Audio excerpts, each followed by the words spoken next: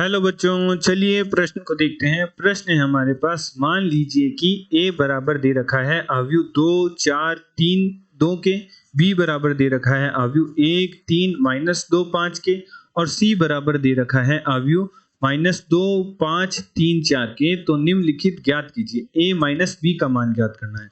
तो चलिए सर्वप्रथम हम प्रश्न के लिए मुख्य अवधारणा लिखते हैं। मुख्य अवधारणा, मान लीजिए एक अवयव है A जिसके अवयव हैं A, B, C, D एवं एक दूसरी अवयव है जिसके अवयव हैं X, Y, Z और W। तो जो हमारी प्रथम अवयव है उसकी कोटि है 2 गुणा 2 कोटि की और द्वितीय अवयव है उसकी कोटि है 2 गुणा 2 कोटि की।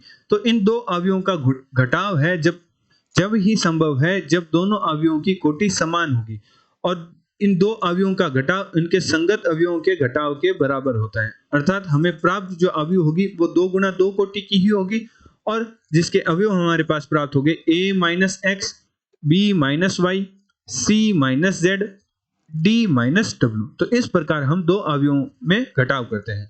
अतः प्रश्न अनुसार प्रश्न में हमें a माइनस b का मान ज्ञात करना है। तो हमारे पास a बराबर दे रखा है अवयव जिसके अवयव है 2, 4, 3, 2 के एवं माइनस हमें करना है अवयव b से। तो b किसके बराबर है? अवयव के बराबर है जिसके अवयव हैं 1, 3, -2 और 5 के।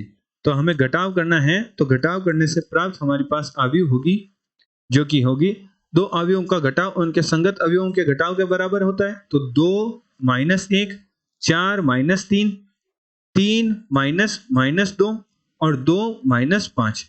तो हमारे पास अवयव प्राप्त होगी जिसका मान बराबर होगा a माइनस b के, जिसके अवयव होंगे 1, 1, 5 और -3।